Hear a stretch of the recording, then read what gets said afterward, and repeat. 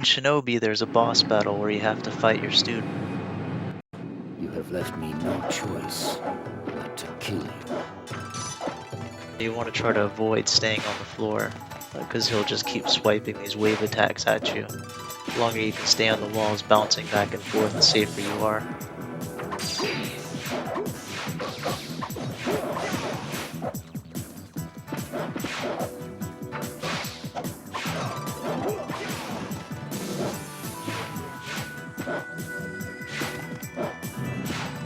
If you're unfamiliar with the way that Shinobi works, you have to try to kill as many small enemies as you can in order to power up your sword. The more power you get, the more damage you can do to tougher foes. What's good about this boss is it'll actually teach you how to do your jump dashes more effectively. Because without it, you'll fall on the floor between attacks, because the way that Shinobi works with the button, it's really kind of particular.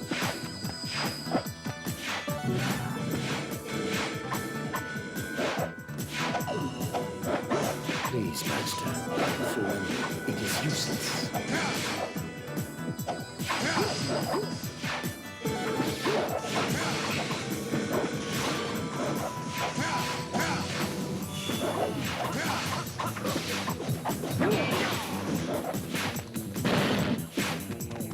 You're gonna mess up a lot and die a lot on this one. It's inevitable. I died a million times to him.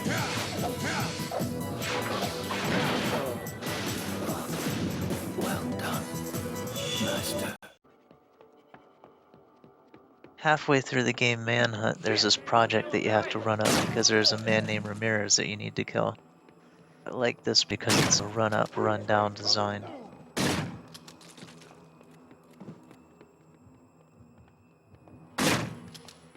There are also a lot of surprises at every corner, considering that most of these doors I'm running past are actually rooms that you can run into. These rooms have a decent amount of guys in them, so I'm running past them, but they eventually catch up with me up top, and if they don't, I end up having to fight them on the way down.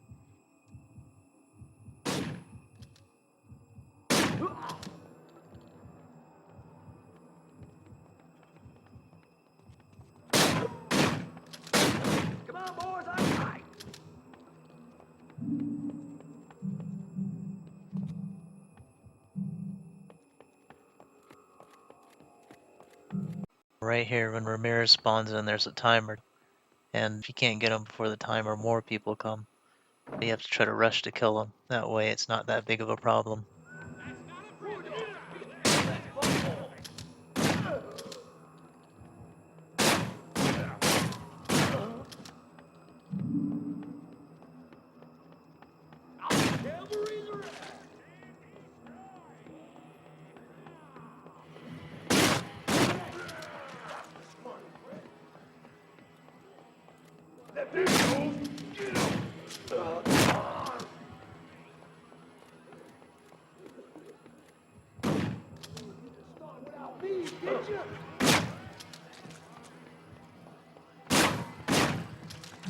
The guns in Manhunt are actually pretty powerful and they take a lot of health from you, and so you gotta try to avoid them.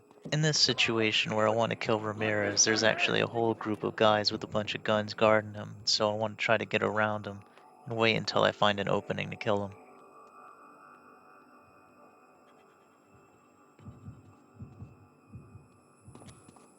Mother!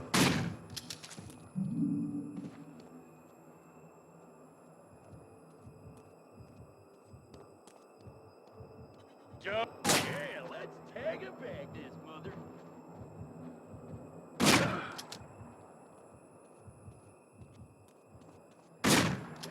Man, I'm on my way.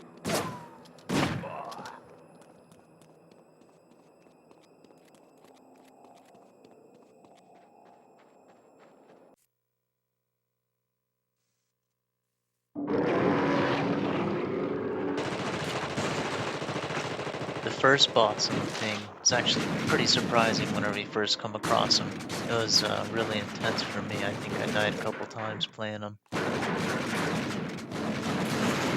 This small space that you get, he has this long-range attack, mid-range attack, these little tentacles when you get close.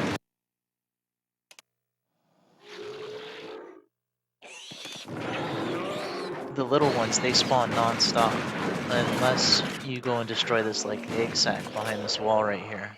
The tentacles, however, they don't stop spawning into the right, so you just gotta try to dodge those.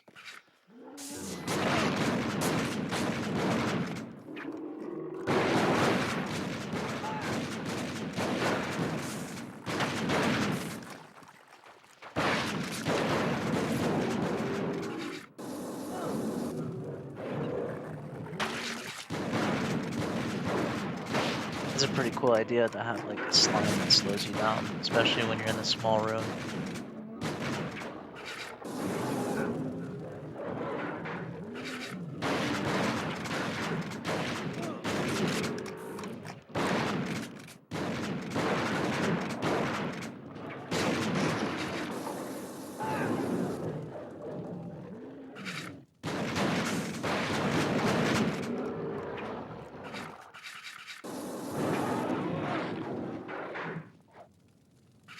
The funny thing about this boss battle is you don't actually have to fight him. There's a button on the door up front. You can actually just repair it and run straight through the door. On the cruiser ship level of Firefighter FD-18, there's a parking garage area. Up to this point of the game, this parking garage is probably the most chaotic thing you experience. There's a lot of debris falling from the ceiling, as well as fire expanding around you. Cars will flip if you get too close to them. Not exactly sure which all cars flip on you, but it seems like pretty much all of them do, so you gotta try to avoid them.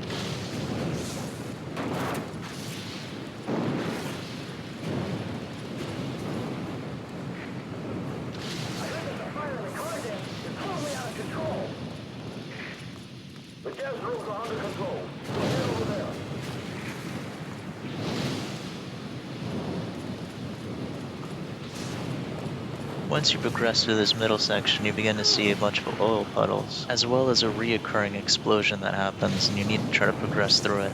This is neat because it requires a lot of timing. If you move too quickly, you slip on the oil, but if you move too slowly, you have a lot of explosions to deal with. There are 3 people trapped inside.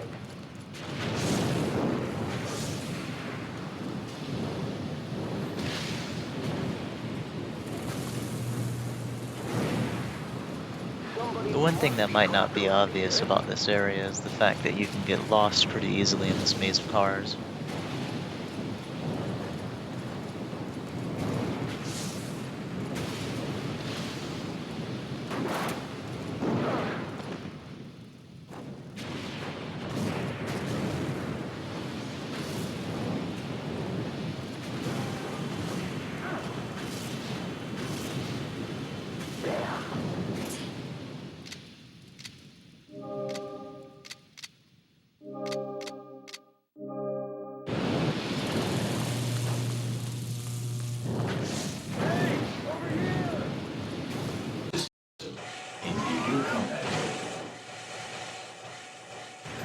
Targets approaching. Move to intercept. In Silent Line Armored Core, there's a mission titled Defend Lawdas Factory. In the beginning, it comes off looking like any other mission. You're met with air and ground-based MTs.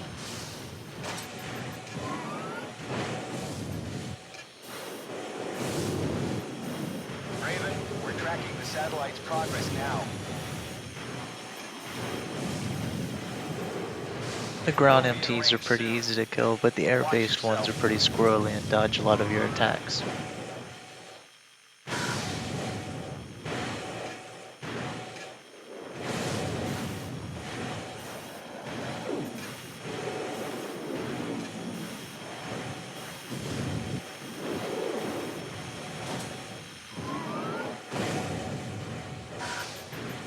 Cannon bursts imminent. Keep moving. Headquarters begins to inform you of a satellite hovering over your position. When the satellite gets into range, it starts firing a hailstorm of lasers at you. You have to try to dodge all of the lasers, because if any of them hit you, you're pretty much done for.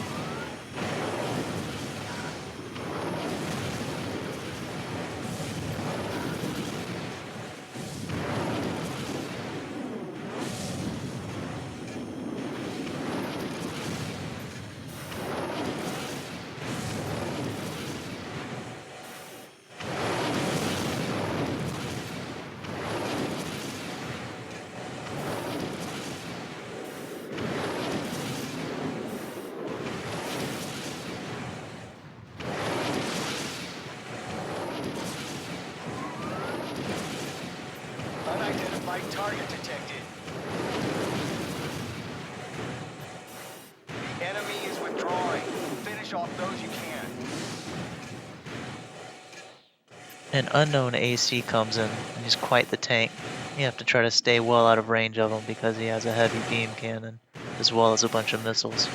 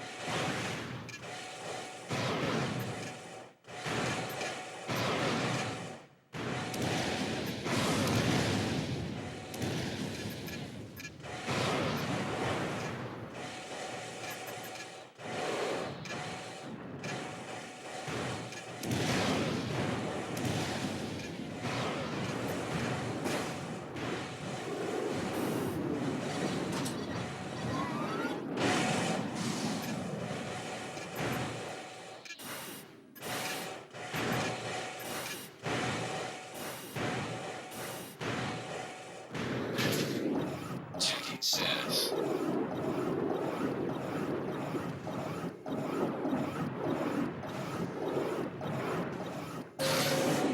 Reset complete.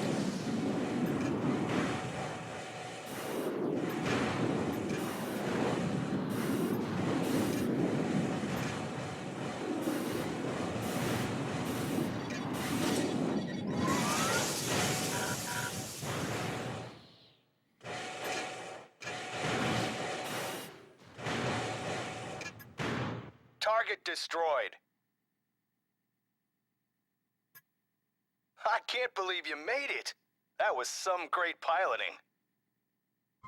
In Way of the Samurai, if you can figure out how to betray Dawn, you can actually steal the treasure chest from the Kuru residence. Once you leave the residence with the treasure chest, you are suddenly met by Tesshin, the Kuru residence leader.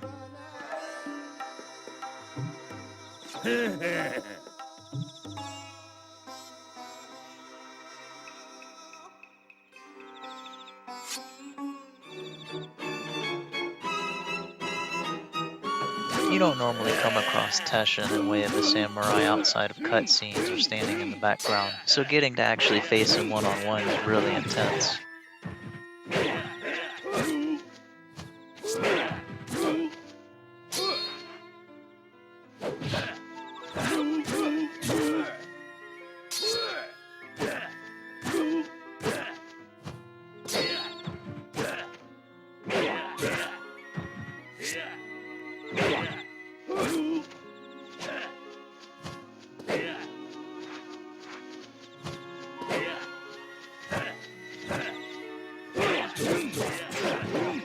This guy is so hard that the first time I tried to get the footage I lost my favorite sword, so on this playthrough I had to actually fight him with a sword that I don't have a fully unlocked moveset for.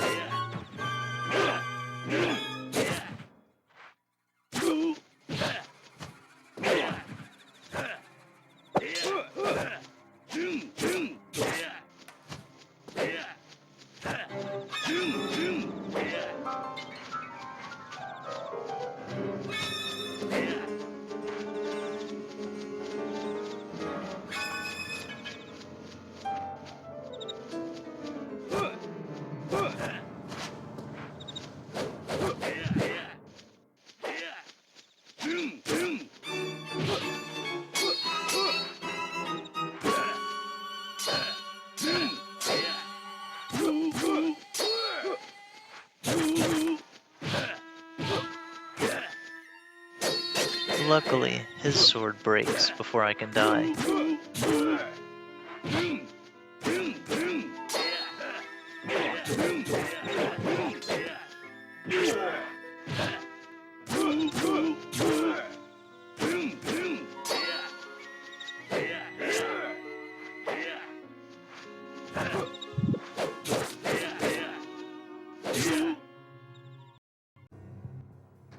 Snow was falling like ashes from post-apocalyptic skies, but that was outside.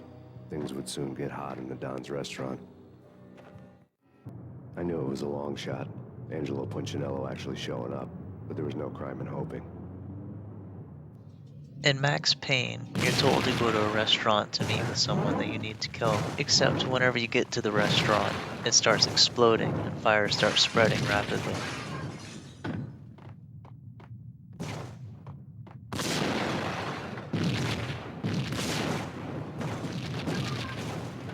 At first, this level is really confusing, and the fire catches up with you so quickly that you end up dying.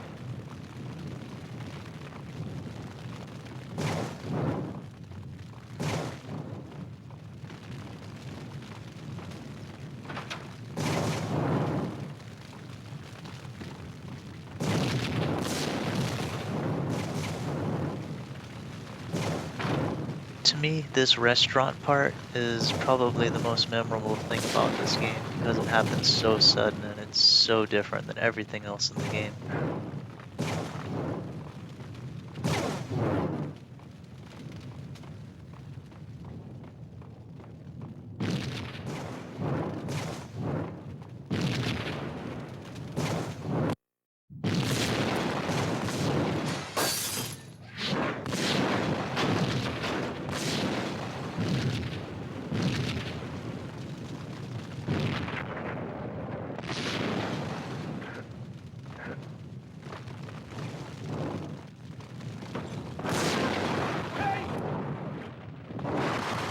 Punchinello was burning to get me.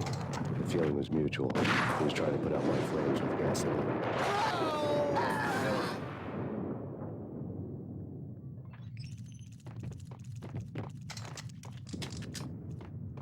The mobsters have been guarding a real treasure. The way out of this disco inferno. I also love the transition from like a restaurant to dropping into the sewers. It's so random.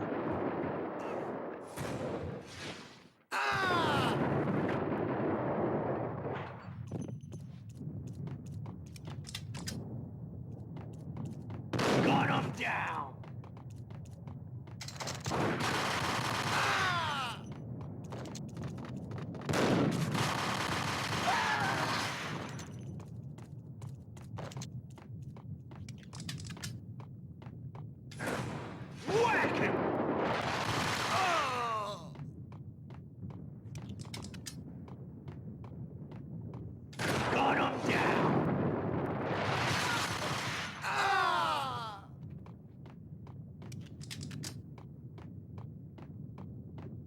And Tenchu, Fatal Shadows, Chapter 10, Flames of Passion.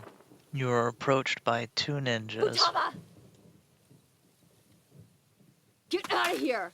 Just stay out of my way. Why is it always you? Do not forget our mission. Rin, I have a message from Juzo. Kill this man and you can join us. No harm will come to you. Never! You'd think I'd believe the words of a murderer? A murderer? What? You think it makes you better because you're paid to kill people? I don't care. I do what I have to. But you took everything from me.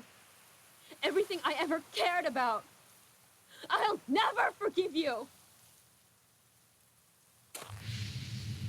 Insolent brat. Very well. Then you die.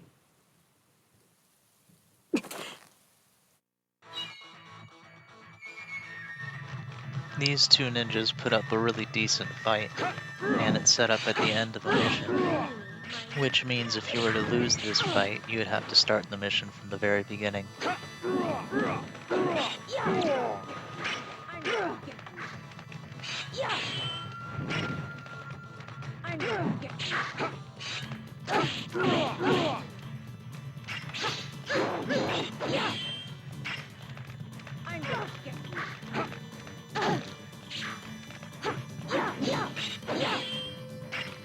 You want to try to keep your distance from the guy because he's a pretty good melee fighter.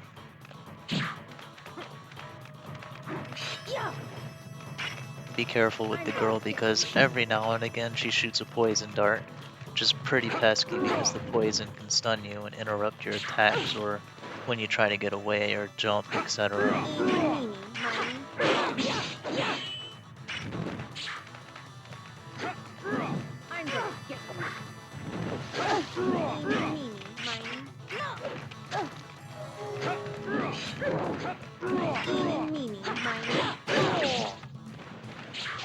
This is the first time in the game where you're set up against two bosses at the same time.